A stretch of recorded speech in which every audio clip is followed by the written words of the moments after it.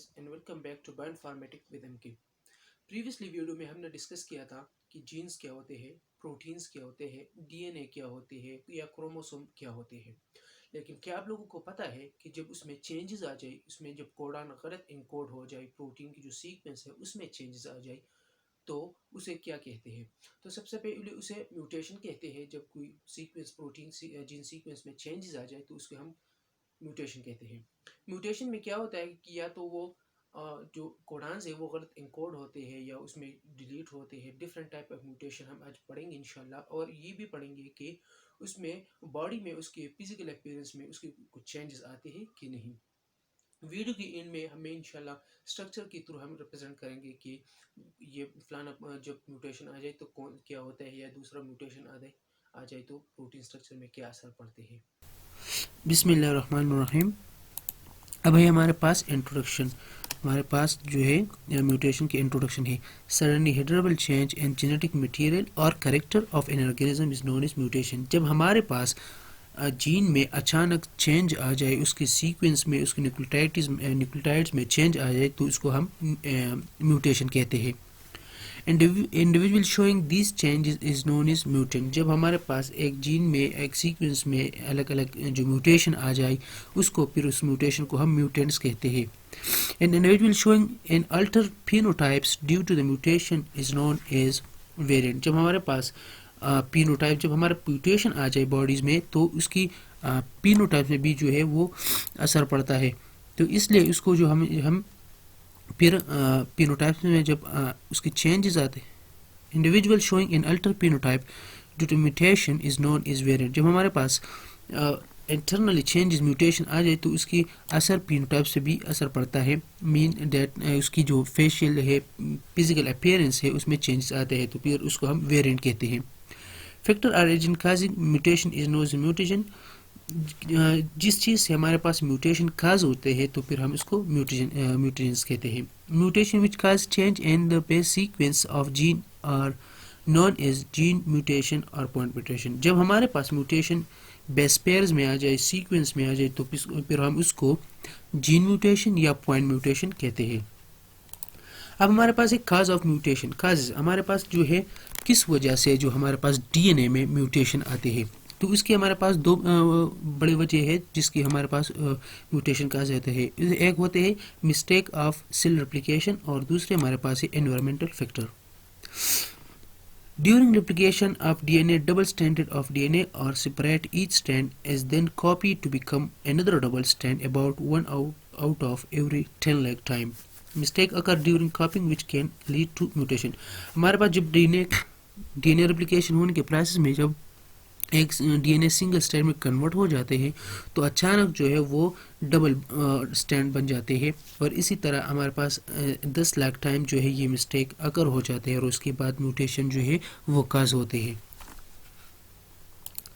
दूसरा हमारे पास जो है एनवायरमेंटल फैक्टर की वजह से है। Mutation can be cause by environmental factor. जो है हमारे पास जो है टोबैको से होते हैं, अल्ट्रावायलेट लाइट से होते हैं, या कुछ और केमिकल्स की वजह से जो है हमारे पास डीएनए जो है उसमें म्यूटेशन आते हैं। इसमें क्या होता है एनवायरमेंटल फैक्टर में कि हमारे पास जो डबल डीएनए स्ट्रैंड होते हैं वो टूट जाते हैं, ब्रेक हो जाते हैं, और जब उसे जो टूट हो जाते हैं तो फिर उसमें हमारे पास म्यूटेशन आ जाती है। उसके बाद हमारे पास टाइप्स है, 2 टाइप्स हमारे पास इसकी है। एक है क्रोमोसोमल म्यूटेशन और एक है जीन म्यूटेशन। क्रोमोसोमल म्यूटेशन वो है जो हमारे पास क्रोमोसोम में म्यूटेशन आते हैं, full chromosome, number of chromosome में म्यूटेशन आते हैं तो उसको हम क्रोमोसोमल म्यूटेशन कहते हैं।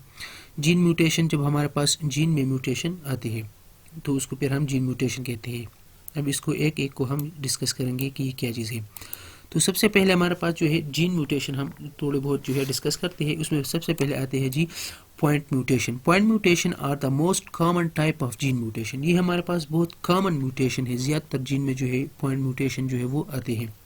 Also known is a base pair substitution. उसको हम बेस पेयर सब्स्टिट्यूशन भी कहते हैं, इसलिए क्योंकि जो बेस पेयर में जो म्यूटेशन आते हैं इसलिए इसको बेस पेयर सब्स्टिट्यूशन कहते हैं। Change in single nucleotide base pair. इसमें क्या होता है कि एक सिंगल न्यूक्लियोटाइड जो है वो हमारे पास बेस पेयर जो है वो चेंज होता है एक दूसरे के साथ, और उसके साथ जब चेंज होते हैं तो म्यूटेशन काज होते हैं। Point mutation can be categorized in the three types: silent mutation, missense mutation, nonsense mutation.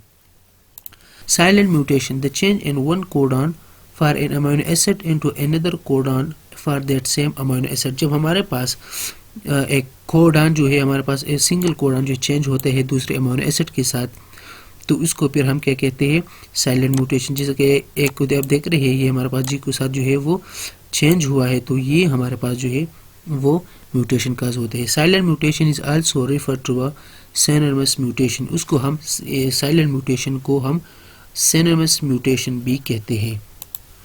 उसके बाद आते हैं जी missense mutation. The codon for one amino acids is change into codon from another amino acid. जब पूरा codon जो 3 codons होते हैं ATCG, ये हमारे पास अगर पूरा अमीनो एसिड जो है वो जब चेंज होते हैं, इसकी बेस पेयर जो है, जब वो उसके बेस पेयर चेंज होते हैं, जैसे कि अभी इसे देख रहे हैं, तो इसको फिर हम क्या कहते हैं, missense mutation. Missense mutation also sometimes refer to the non synonymous mutation, और उसको हम नॉन सिनोनिमस म्यूटेशन भी कहते हैं.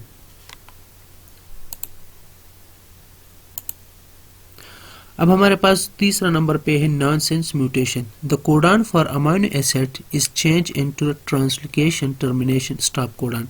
जब हमारे पास स्टॉप कोडान में अमीनो एसिड या उसके जो बेस पेयर्स है उसमें चेंज आते हैं, जिसको इसको देख रहे हैं, उसको लास्ट स्टॉप कोडान जो है वो चेंज हुआ है अमीनो एसिड के साथ, तो फिर उसको हम नॉनसेंस म्यूटेशन कहते हैं. Frame shift mutation. This type of mutation occur when addition or loss of DNA base changes gene reading frame. जब हमारे पास रीडिंग फ्रेम में जो उसके प्राइमर्स है, उसमें हमारे पास जब DNA बेस पेयर जो है, इसमें DNA के सेगमेंट ऐड होते हैं या जीन्स की सेगमेंट में बेस पेयर ऐड होते हैं या लॉस होते हैं, तो फिर उसको हम फ्रेम शिफ्ट म्यूटेशन कहते हैं. A reading frame consist of 3 bases each codon 1 amino acid. हमारे पास जो अमीनो एसिड है उसके जो कोडान्स है वो 3 कोडान्स पे मुश्तमिल है, तो यही 3 बेस पेयर में म्यूटेशन आते हैं. Frame shift mutation shift is grouping of this base pair change the codes of our amino acid. जब हमारे पास जब एक साथ चेंज होते हैं, तो उसके साथ हमारे पास उसको हम फिर फ्रेम शिफ्ट म्यूटेशन कहते हैं, और उसको जो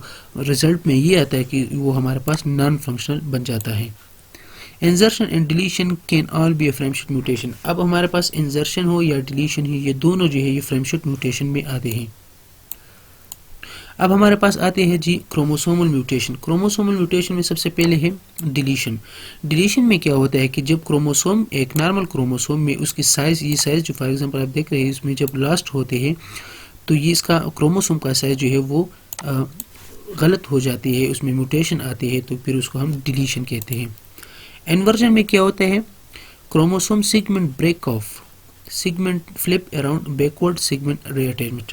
जब हमारे पास एक नॉर्मल क्रोमोसोम में एक सेगमेंट जो है वो फॉर एग्जांपल ये आप देख रहे हैं, ये रेड कलर से है और ये ग्रीन कलर है, ये जब उल्टा होते हैं, फ्लिप हो जाए अराउंड हुए, और जो उल्टा साइड पे उसके साथ जो रीअटैच होती है, तो फिर उसको हम इन्वर्जन कहते हैं, और उसकी वजह से जो है म्यूटेशन काज होते हैं. इस स्ट्रक्चर का अगर आप देखें तो ये हमारे पास एक नॉर्मल क्रोमोसोम है, फिर हमारे पास जो है ये बैकवर्ड होते हैं, इसके शेप जो चेंज होते हैं, और इसके साथ जो है गलत साइज पे जो है वो अटैच होते हैं, तो इसको फिर हम इन्वर्जन. डुप्लीकेशन में क्या होते हैं जी, जब हमारे पास में जो सीक्वेंस है वो अपनी साइज में रिपीट होते हैं, और वो अगेंस्ट एंड अगेन जो दोबारा रिपीट होते हैं उसको डुप्लीकेट कॉपीज़ बनाते हैं. फॉर एग्जांपल ये एक सेगमेंट हमने लिए है, यहाँ पर वो 2-3 बार जो है वो कॉपी हुआ है, डुप्लीकेट होते हैं, तो फिर उसको जो है हम डुप्लीकेशन कहते हैं, और डुप्लीकेशन की वजह से है वो म्यूटेशन आते हैं.